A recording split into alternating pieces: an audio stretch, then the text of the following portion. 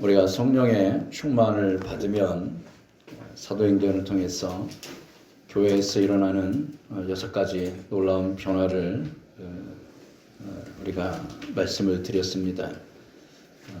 은사들이 나타나고 표적과 기사가 나타나고 공동체 안에 변화가 일어나는데 성령의 열매예요.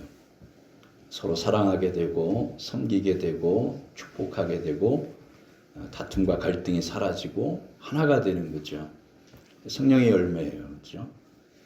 그리고 담대하게 복음을 전하게 되고 성령의 인도하심과 지시하심을 따라가게 되고 이런 여러 가지 많은 변화들이 교회 안에서 이제 일어나게 되고 결국에는 큰 부흥이 숫자가 많아지는 역사가 구원받는 사람의 수가 날마다 더하더라.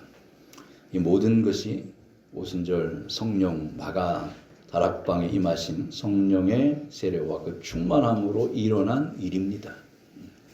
따라서 오늘 우리는 이러한 것들을 경험하지 못하고 있다면 우리가 무기력함에 빠져 있고 우리에게 은사가 나타나지 않고 이 땅에 부흥의 역사가 일어나지 않고 교회가 사랑으로 하나 되기보다는 분열하고 있고 그리고 성령의 지시하심이 막히고 우리가 인간의 생각과 방법으로 살아가는 삶을 우리가 어느 순간 살아가고 있다면 그 이유는 우리가 성령 충만하지 못하기 때문에 그런 겁니다.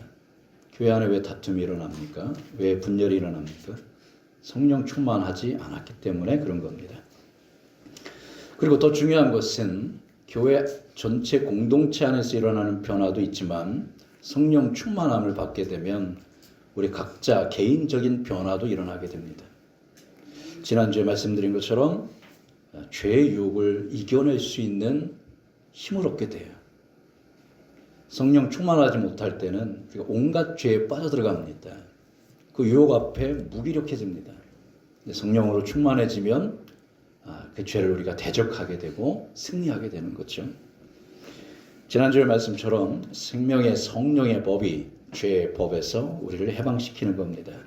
죄의 종로로 타던 우리들, 의의 종이 되었음에도 불구하고 여전히 우리가 죄의 종처럼 살아가고 있는 우리 자신들, 우리가 여기에서 빠져나와 하나님의 법에 순종하면서 살아가려면 우리 힘으로 되어지지 않고 우리의 지식이 이것을 해결해 주지 않고 우리의 애씀과 의지와 노력으로 되어지는 일이 결코 아니다라고 했습니다. 해방시켜 주시는데 즉 우리가 해방을 받는 거예요. 우리나라가 과거 일본으로부터 해방될 때 해방을 위해서 정말 많은 피를 흘리고 많은 사람들이 정말 많은 수고를 하고 죽임을 당하고 뿔뿔이 땅을 흩어지고 떠나기도 하는 그런 고난을 많이 당했습니다. 하지만 결국 이 1945년 8월 15일 해방은 우리의 힘으로 맡게 된 것은 아니었습니다. 저는 이것도 하나님의 놀라운 섭리 가운데 있다고 봐요. 해방이 되려면 우리가 싸워야 되잖아요. 싸워서 적을 물리치고 그래서 우리가 우리의 힘으로 해방이 되는 게 맞는데 그것을 또한 우리도 준비하고 있었지만 이 민족이 놀라운 것은 이제 미국과 일본이 전쟁을 하면서 일본이 패전 국가가 되면서 저절로 해방을 맞게 된 거예요. 다른 힘에 의해서 우리가 해방되어진 거죠. 물론 시간이 더 지나갔으면 우리가 힘을 길러서 만주의 군사도 있고 해서 뭔가 우리가 해방을 위해서 아마 우리의 힘으로 노력했을 거예요. 결과가 나타났을 거지만 참으로 하나님의 신비한 섭리 가운데 이 민족은 어느 날 갑자기 다른 힘에 의해서 해방을 받게 됩니다. 해방을 당하게 된 거죠. 마찬가지입니다. 우리가 죄의 유혹과 죄의 종노릇에서 벗어나고 해방되는 것은 내가 애쓰고 노력하는 그 노력과 힘씀도 존재하지만 더 큰 힘, 외부에서 부어주시는 이 하나님의 놀라운 이 성령의 충만함과 그 역사로부터 우리는 죄로부터 풀어지게 된다는 겁니다. 이게 내가 할 일이 아니에요. 그래서 우리가 성령의 충만함과 도우심을 구하는 거잖아요. 내가 이 죄의 유혹을 못 이겨요. 그래서 성령님의 도우심을 구하는 거예요. 우리 내면의 죄와 악한 습관을 끊어내고 육체의 질병에서 우리가 빠져나오고 더러운 마귀를 쫓아내고 그래서 이 모든 것에서 우리가 대적하여 승리할 수 있는 유일한 길은 우리가 성령으로 충만해지는 길입니다. 따라서 우리는 매일 성령의 충만함을 사모하고 갈망해야 돼요. 그렇다면 오늘 말씀은 어떤 사람이 성령의 충만을 받게 될 가능성이 커질까? 이 부분에 대해서 말씀을 드리려고 해요. 기도해야 되고 기다려야 되고 간절히 사모해야 하는 것은 맞지만 그러나 어떤 사람에게 이 성령의 충만함이 조금 더 빠르게 혹은 하나님께서 강하게 부어주실까라고 하는 부분이에요. 오늘 로마서 말씀을 통해서 보면 생각을 집중하는 사람에게 성령이 빠르게 올 겁니다. 오늘 말씀에 보면 육신을 따르는 자는 육신의 일을 생각하고 성령을 따르는 자는 영의 일을 생각한다 라고 했습니다. 영의 일이란 성령 충만해지는 일, 하나님 나라에 관한 일이죠. 그럼 육신의 일, 육신의 생각은 무엇입니까? 육신을 따르는 자는, 즉 죄의 법을 따르고 있는 사람들은 육신의 일을 생각한대요. 그 육신의 생각은 뭘까요? 첫째는 죄의 유혹에 빠져서 죄를 짓는 일을 생각하고 있는 거예요. 그러니까 우리가 유혹을 받으면 그 죄를 묵상하게 돼요. 생각하게 돼요. 이렇게 질까 저렇게 질까, 내가 어떻게 하면 이 죄가 드러나지 않게 할까, 어떻게 하면 내가 교묘한 방법으로 죄를 지을까, 걸리지 않을까, 이런 생각을 하게 되고 나도 모르게 그 죄를 짓게 되죠. 자, 그래서 육신의 생각은 당연히 우리가 죄를 짓는 일을 생각하게 되는 겁니다. 그런데 둘째, 육신의 생각 가운데 또 다른 것 하나는 죄는 아닌 것 같지만 성령의 충만함, 영의 일을 생각하는 것을 방해하는 일들이 있어요. 죄는 아닌데 그걸 갖고 죄라고 규정하기는 어렵지만 그러나 우리가 성령 충만함을 받고 하나님 나라의 일을 생각하는 데 있어서 방해가 되고 걸림돌이 되는 그 많은 일들이 있단 말이에요. 이게 육신의 생각이에요. 쉽게 이야기하면 우리가 보는 것, 듣는 것, 먹는 것, 입는 것, 그리고 생각을 집중해서 하는 여러 가지 많은 일들, 우리가 직장에서 일하는 그 일 제외한 우리의 마음과 생각을 집중해서 하는 여러 가지 많은 일들이 여러분 육신의 생각이고 육신의 일을 생각하는 것에 빠져들 가능성이 커요. 우리의 마음과 생각과 시간과 그리고 에너지와 물질을 지나치게 빼앗아가는 것이 있다면 그것은 육신의 일이고 육신의 생각입니다. TV를 보는 것, 죄라고 말할 수는 없지만 지나치게 가면 여러분 이것이 성령 충만 받는 일에 우리 자신을 해방시키고 있다는 겁니다. 음악을 듣는 것 좋은 거죠.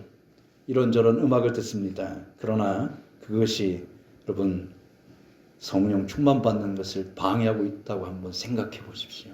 내가 즐기고 있는 것이지만 내가 성령 충만함을 구하고 기도하는 일에 걸림돌이 되고 있다면 육신의 생각입니다. 스마트폰을 하고 게임을 하고 하는 이 모든 일들, 많은 시간들을 거기 빼앗기죠. 에너지를 빼앗기죠. 죄가 아닐 수 있지만 성령의 충만함을 받으려는 생각을 조금도 생각나지 않게 만드는 거예요. 그러니까 성령으로 충만해져야지 라고 하는 그 마음이 조금도 들지 않게 만드는 것들이에요. 때로는 사람들에 대한 관심, 이런저런 사람들에 대한 마음을 빼앗기죠. 뉴스와 때로는 다양한 정보에 대한 관심. 우리가 스마트폰을 열면 바로 뉴스가 나오고 정보가 흘러나오지 않습니까? 이것저것 이것을 보다 보면 또 다른 것을 보게 되고 그러면서 뉴스와 다양한 정보에 대한 관심 그리고 물질에 대한 관심, 내가 좋아하는 취미거리에 대한 관심도 그것이 성령에 대한 관심을 방해하고 해방할 수 있다는 사실입니다. 그런 의미에서 우리가 하고 있는 우리가 보고 듣고 먹고 입고 생각을 집중해서 하는 여러 가지 많은 일들이 육신의 생각이고 하나님의 영을 우리가 누리고 충만해지는 데 있어서 걸림돌이 될 가능성이 매우 크다는 겁니다. 따라서 이 모든 것들을 우리가 제거하고 이 여기에 쏟아붓는 시간과 에너지와 물질을 빠르게 삭제시켜야 합니다. 그리고 성령님께 집중해야 합니다. 이런 사람에게 성령 충만을 부어주실 가능성이 매우 크죠. 사무엘상 12장 21절에 보면 이런 것들을 가리켜서 유익하게도 못하며 구원하지도 못하는 헛된 것들이라고 했어요. 물론 우상을 가리킨 거였지만 우리를 유익하게 하지 못합니다. 구원하지 못하는 것들이에요. 이 모든 것들 우리가 보고 듣고 먹고 입고 우리가 취미거리 관심거리 이 모든 것들이 우리를 구원시키는 일들이 아닌 겁니다. 바울은 고린도전서 8장 8절에서 우리가 무엇을 먹는다고 더 잘 사는 것도 아니고 무엇을 안 먹는다고 해서 더 못 사는 것도 아니다 라고 했어요. 만약에 내가 공동체의 유익을 위해서 그것을 먹지 말아야 한다면 나는 평생 먹지 않을 수 있다. 내가 그것을 먹는다고 해서 더 잘 살아지는 것도 아니고 내가 그것을 안 먹는다고 해서 내가 불행해지는 게 아닌 거예요. 내가 무엇을 본다고 듣는다고 해서 내가 행복해지는 것도 아니고 그것을 안 본다고 해서 내가 불행해지는 것도 결코 아닌 거예요. 내가 어떤 뉴스나 사람에 대해서 관심을 갖고 거기에 초점을 기울인다 할지라도 그래서 내가 거기서 좋은 정보를 얻는다고 할지라도 내가 더 잘 살아지는 것도 아니고 내가 그것을 없이 아무것도 보지 못하고 살아간다고 할지라도 더 못 사는 것도 아니다라는 거예요. 그것은 우리를 유익하게도 못하고 구원하지도 못하는 헛된 것들, 이것이 육신의 생각이에요. 육신의 일이라는 거죠. 5절 말씀 보겠습니다. 5절 육신을 따르는 자는 육신의 일을, 영을 따르는 자는 영의 일을 생각하나니. 예. 육신은 나 자신이거든요. 나 자신의 유익과 욕망이에요. 나 자신을 따르고 마귀를 따르는 사람들은 나의 유익을 위한 일들을 생각하게 되는 거죠. 육신의 일이 뭐예요? 나의 즐거움 아니에요. 내가 보고 듣고 스마트폰을 하고 정보를 열고 하는 이 모든 것들이 다 나를 위한 거니까 그게 다 육신의 일들이에요. 그러나 영을 따르는 자는 영의 일을 생각한다. 생각하는 게 달라져요. 생각이 전혀 달라요. 제가 왜 보고 먹고 하는 것들을 안 할 수 있는가? 영의 일을 생각하고 있기 때문에 그렇습니다. 6절을 보세요. 육신의 생각은 사망이고 영의 생각은 생명과 평안이니라. 우리가 아무리 많은 것을 보고 듣고 게임을 하고 여러분 많은 정보와 뉴스와 사람에 대한 관심과 취미를 가져도 여러분 이것이 우리를 생명과 평안으로 이끌어주지는 못합니다. 오히려 사망이라고 했습니다. 왜냐하면 이런 것들은 우리를 생명에서 건져줄 수 있는 것이 결코 아닙니다. 도리어 우리를 망하게 만드는 것이기도 한 거죠. 그럼 파리 한 마리가 꿀단지 위에 앉았습니다. 열심히 그 꿀을 빨아먹고 즐기고 있습니다. 배가 부르고 흡족할 만큼 그 파리 한 마리가 꿀단지에서 꿀을 아주 마음껏 빨아먹었어요. 그리고 날개를 펴서 날려고 합니다. 어떻게 됐죠? 날개가, 다리가 꿀에 붙어버린 거예요. 네, 날 수가 없는 거예요. 그럼 꿀단지 위에서 죽어갑니다. 이게 오늘 우리들의 모습일 수 있어요.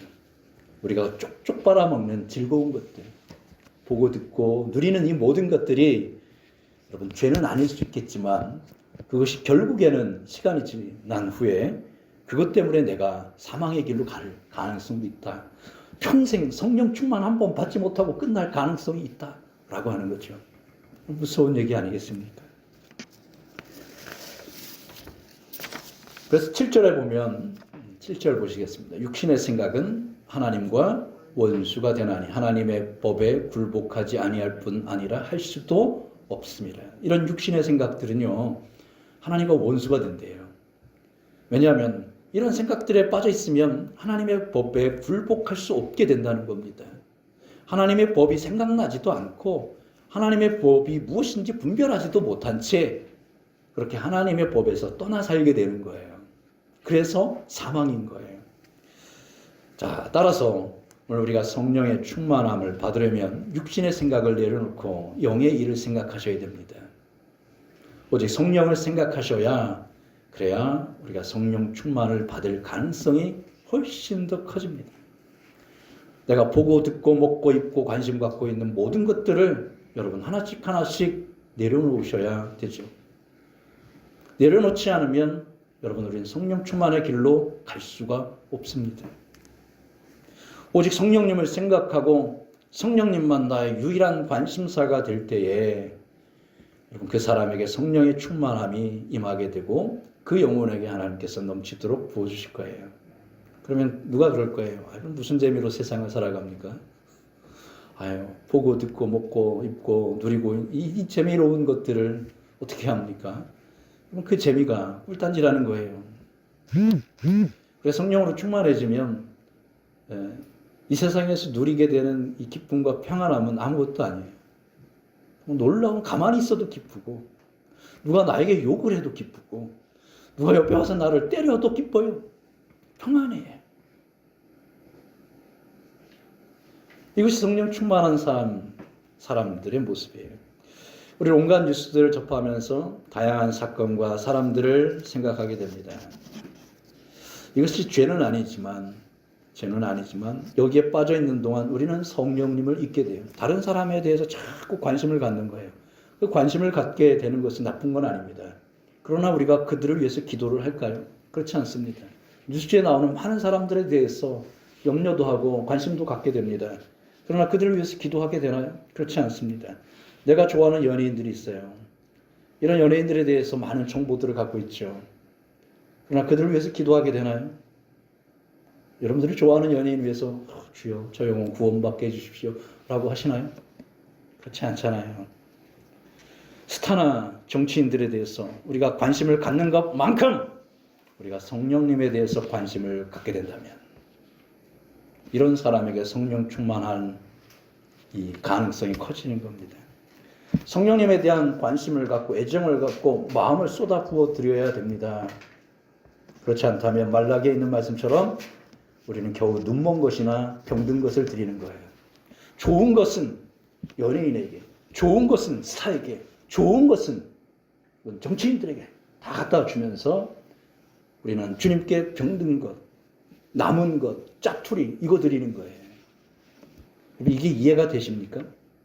내가 가장 좋은 것, 내게 가장 큰 정말 내 온 마음을 들여서 성령님 하나님께 관심을 갖고 예수님을 찬양하고 경배하는 이 일에 이 마음을 드려야 하는데 한 주간 동안 이 사람 저 사람 이 사건 저 사건에게 우리의 마음을 다 뺏긴 다음에 여러분 우리가 오늘 주일날 와서 우리가 눈먼 것을 드리는 거예요. 짜투리 드리는 거예요. 제일 좋은 것을 드려야 하는데 말라기처럼 하나님 우리의 예배를 받으실까 고민이 되죠. 요한복음 21장에 보면 베드로를 향한 예수님의 예언이 살짝 등장을 하는데 예수님이 베드로에게 네가 젊었을 때에는 원하는 곳으로 다녔지만 네가 늙어서는 너의 팔을 벌리게 될 것이고 남이 너에게 띠를 띄우고 원하지 아니하는 곳으로 데려가리라. 나를 따르라 라고 말씀하세요.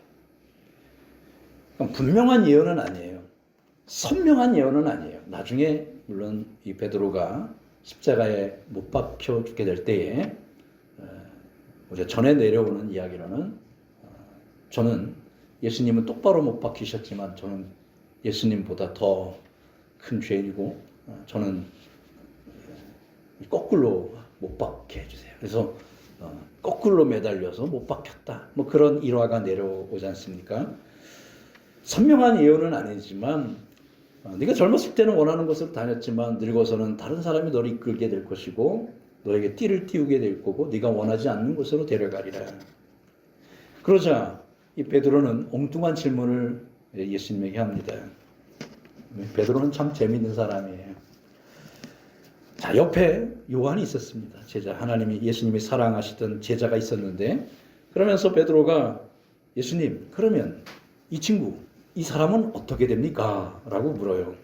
그러니까 자신에 대해서 예수님이 살짝 예언을 해주시니까 그러면 이 옆에 있는 이 요한은 나중에 어떻게 됩니까? 관심이 생긴 거 아니겠습니까? 궁금하잖아요. 그랬더니 예수님이 뭐라고 대답하세요? 내가 다시 올 때까지 그를 머물게 하고자 할지라도 네가 무슨 상관이냐. 너는 나를 따르라. 내가 이 사람에 대해서 어떤 미래를 갖고 어떻게 이 사람의 인생을 이끌어갈지에 대해서 관심 갖지 말라는 겁니다. 마음 빼앗길 필요가 없다는 겁니다. 너는 너의 길을 가라는 거죠. 우리는 수많은 사람들에게 마음을 빼앗기고 있다는 것, 여러분, 나도 모른 채 우리의 대화의 주제는 늘 언제나 사람이에요. 나도 모르는 채 우리들 마음속에는 늘 사람에 의해서 이런 사람 저런 사람에 의해서 관심을 갖고 거기에 집중하면서 살아가게 되는데 이런 것조차도 우리를 유익하게 하지 못하는 것들이죠. 성경에 하나님은 질투하시는 하나님으로 나오죠. 성령님은 우리를 시기하기까지 사랑하신다 그랬어요. 우리가 다른 것에 마음 빼앗기면 성령님이 우리 가운데서 뭘 느끼세요? 시기심을 느끼신다는 거예요. 내가 다른 것에 마음을 빼앗기고 내가 보고 듣고 먹고 마시고 즐기는 여기에 시간을 물질을 마음을 빼앗기는 동안 성령님은 우리를 시기하기까지 사모하신다라고 말씀하세요. 자, 우리가 그런 삶을 살아가고 있다면 어떻게 충만해질 수가 있겠습니까? 불가능하죠. 따라서 하나님 외에 다른 것들에 대해서 지나친 관심을 갖게 되는 것들은 죄입니다. 왜냐하면 하나님을 향한 마음을 다 갉아먹고 빼앗는 것들이기 때문에 그렇죠. 그런 고린도후서 10장 5절 모든 생각을 사로잡아 그리스도께 복종하게 하라.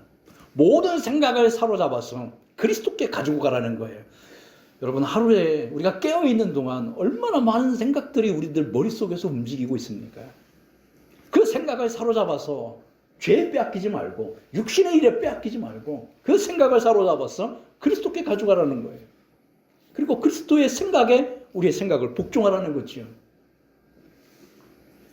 사도행전 1장에서도 제자들이 이스라엘의 회복의 때가 언제입니까? 예수님 뭐라고 말씀하세요? 그것은 너희의 알 바 아니요. 왜 거기에 관심을 갖느냐는 겁니다. 그것은 너희의 알 바 아니요. 오직 성령이 너희에게 임하시면이라고 했어요. 그러니까 성령 충만 받는 것에 먼저 마음을 쏟으라는 겁니다. 여러분 어떤 사람에게 성령 충만함을 부어주실 가능성이 큽니까?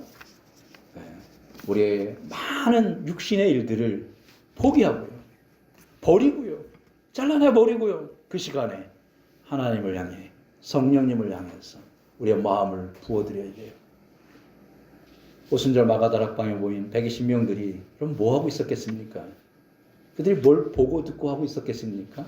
그 속에서 열심히 기도하고 있었던 거예요. 우리 믿음의 선배들을 보면 여러분 제가 사사기서를 읽으면서 깨달은 바가 있어요. 자, 사사기 2장에 가면 여호수아가 죽고 그 시대의 원로들이 다 세상을 떠납니다. 그리고 다음 세대, 다른 세대라고 표현을 하고 있는데 그 다른 세대가 다음 세대들이 일어났는데 거기에 뭐라고 되어 있냐면 그들은 여호와 하나님께서 행하신 이스라엘에게 행하신 하나님의 일을 알지 못했다라고 되어 있어요. 하나님께서 행하신 일을 알지 못했다. 저는 조영기 목사님의 설교를 들으면서 연결을 시켜봤습니다. 적어도 한 세대 전에는 우리 한국교회 안에 부흥회가 있었고요. 그리고 그 부흥회 속에서 성령의 강력한 임재와 역사가 있었습니다. 심지어는 불받아라 라고 하는 그런 선포까지도 있었죠. 그런데 한 세대가 지나가고 나서 이것이 사라졌습니다.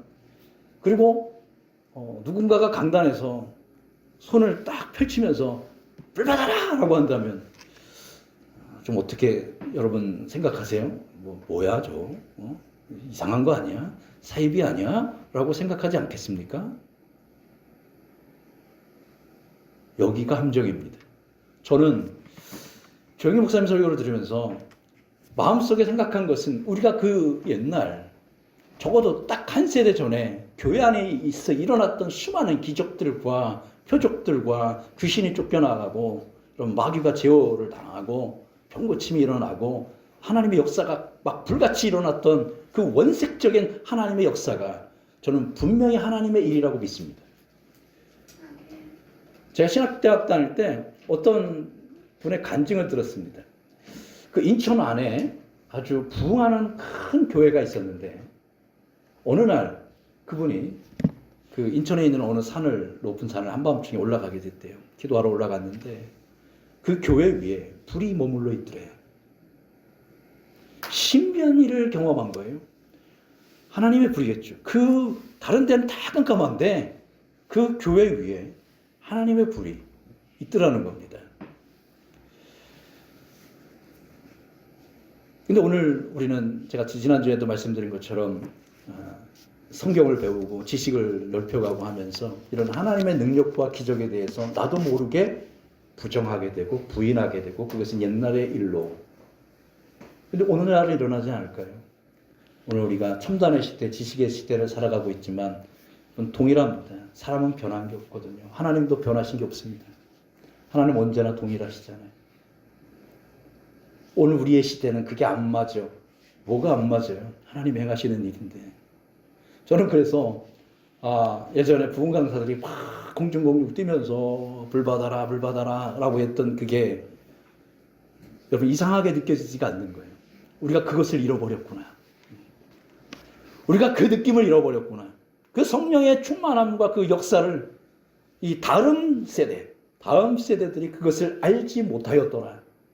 우리가 알게 모르게 그것을 부정하고 살아갔구나 라고 하는 겁니다. 여러분 이것은 역사 속에서도 계속 반복됐습니다. 우리가 잘 아는 요한 웨슬레가 18세기에 영국 사회를 뒤집어 놓았죠. 성령의 강력한 역사가 일어났습니다. 딱 한 세대 뒤에 그 하나님의 역사가 부정당하기 시작했습니다. 똑똑한 사람들에 의해서요. 지식 중심의 신앙인들에 의해서 그 하나님의 뜨거웠던 역사가 부정당했습니다. 그리고 그 다음 세대에 다시 그 불이 활활 불타오르죠. 그게 미국에서 일어난 성령운동입니다. 성결운동이기도 하고요. 오늘 우리 한국교회를 보면 딱 우리는 어디에 와 있는지 정확하게 보여요. 뜨거웠던 시대가 지나가고 우리는 차가운 시대로 내려와 있습니다. 다시 이것을 회복시키기 위해서는 오직 성령의 충만함으로 방언이 됐든 예언이 됐든 병고침이 됐든 마귀가 쫓겨나든 어쨌든 우리는 하나님의 영으로 하나님은 변하신 게 없으니 그 변하시지 않은 그 50년 전 100년의 하나님 전의 하나님이 오늘 우리 하나님이시니 오늘 우리 가운데도 그와 같은 하나님의 역사가 반드시 분명히 일어나게 될 줄로 저는 믿습니다. 이 믿음이 생기는 거예요. 믿으셔야 됩니다. 이 믿음을 가지고 우리가 기도해야 합니다. 오늘 우리는 너무 많은 관심거리들이 있어요. 그럼 하나님이 모세를 구름이 꽉 찬 시내산으로 올라오라고 그러세요. 그리고서는 40일을 굶겨요. 하나님 너무하시지 않으십니까? 시내산으로 불러 올린, 그래서 한 번 갈 때마다 40일 있다가 와요. 얼마나 힘든 일이에요. 그럼 모세가 그 시내산에서 뭘 받겠습니까? 아무것도 보는 게 없죠. 왜요? 빽빽한 구름으로 쌓여있으니. 우리가 안개가 짙은 날 운전을 하고 가잖아요. 그럼 5m 앞이 안 보여요. 심지어는 저는 무엇도 경험했냐면 옆에 있는 사람도 잘 분간이 안 갈 정도로 빽빽한 안개를 경험한 적이 있어요. 모세는 그 산에서 아무것도 보이는 게 없었어요. 자, 그가 무엇을 듣고 있었을까요? 그 산꼭대기에서 아무것도 들리는 게 없죠. 아무 소리도 들리질 않아요. 그럼 무엇을 먹고 있었습니까? 아무것도 먹고 있지 않았어요. 그럼 무엇을 입고 있었습니까? 보이질 않는데 뭘 입어요? 그냥 그 옷 한 벌로 40일을 버티고 있는 거예요.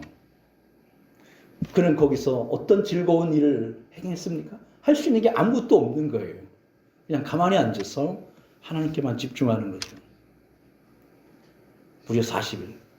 그 40일 동안 하나님 이 놀라운 계시와 그리고 성막을 만드는 것부터 시작해서 많은 계명과 율법을 이 모세에게 쏟아 부어 주시고, 그리고 거기서 내려온 모세는 얼굴이 환하게 빛나서 수건으로 얼굴을 가려야 될 정도로 성령 충만해져서 내려온 겁니다.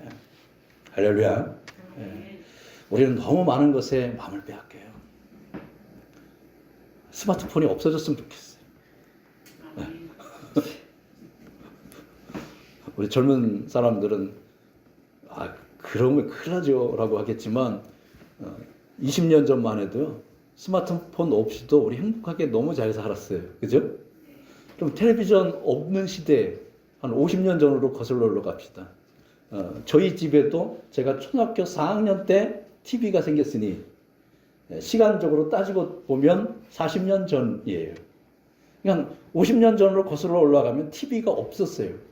그러면 그 시대 사람들은 무슨 재미로 살았을까? 여러분, 그 시대 사람들은 못 살았습니까? 불행해졌습니까? 우리가 TV가 있다고 해서 더 행복해진 겁니까? 더 잘 살아지는 겁니까? 결코 아니잖아요. 오히려 우리 올무가 되잖아요. 스마트폰이 우리에게 유익을 주는 것이어야 되는데 그것이 우리에게 올무가 되잖아요. 스마트폰 속에서 수많은 사건들을 만나고 수많은 사람들을 만나잖아요. 올무예요. 우리가 성령 충만 받으려면 이것을 내려놔야 됩니다. 스마트폰을 엎어버려야 됩니다. 그리고 주님께 기도해야 되죠. 주님, 저를 성령으로 충만하게 해주십시오. 그리고 성령 충만한 다음에 스마트폰을 열면 보는 게 달라집니다. 성령 충만함으로 TV를 켜면 보는 게 달라질 거예요. 자, 결론을 내리면 어떤 사람에게 하나님께서 성령의 충만함을 부어주실 가능성이 클까? 성령님께 집중하는 사람이에요. 우리는 너무 많은 것에 마음을 빼앗기고 시간을 빼앗기고 물질을 빼앗기면서 육신의 일을 생각하면서 살아가기에, 그리고 시간이 남으면 성령님 주세요. 이래가지고 우리가 무슨 성령을 받을 수 있을까요? 우리가 좋은 것은 다 세상과 육신에게 다 빼앗긴 채 짜투리 가지고 성령님 주세요. 그러면 성령님이 우리 가운데 오실까요? 아니죠. 나는 너의 마음을 원해.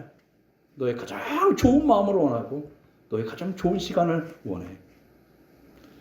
우리가 그와 같은 것을 우리가 하나님 앞에 드리기 시작할 때 하나님의 영이 성령 충만함 점점 더 우리 가운데 다가와지고 더 가까워지는 겁니다.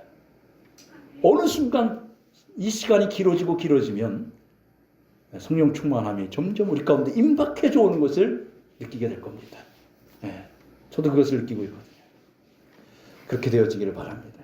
그래서 성령의 충만함은 우리 마음속에 있는 온갖 불안과 우울의 감정을 몰아내고 놀라운 기쁨과 평안함을 우리 가운데 부어주십니다. 8절. 육신에 있는 자들은 하나님을 기쁘시게 할 수 없느니라. 육신에 거하는 사람들, 그 마음을 빼앗긴 사람들에게는 하나님 기뻐하시지 않는 거죠. 기도하겠습니다.